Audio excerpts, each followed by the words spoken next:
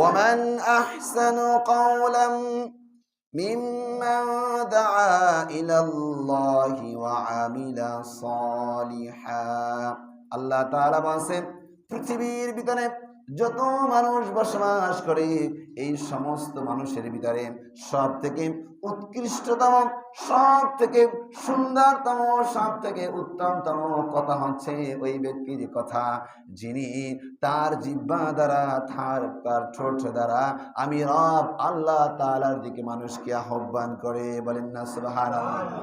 ওয়ামান আহসানু কাওলাম মিম্মান দাআ ইলাল্লাহি ওয়া আমিলা সালিহা আল্লাহ তাআলা বলেন পৃথিবীর ভিতরে যত মানুষ বসবাস করে এই সমস্ত মানুষের ভিতরে সবথেকে উৎকৃষ্টতম, সবথেকে সুন্দরতম, সবথেকে উত্তমতম কথা হচ্ছে ওই ব্যক্তির কথা যিনি তার জিহ্বা দ্বারা তার ঠোঁট দ্বারা আমি রব আল্লাহ তাআলার দিকে মানুষকে আহ্বান করে। বলেন না সুবহানাল্লাহ।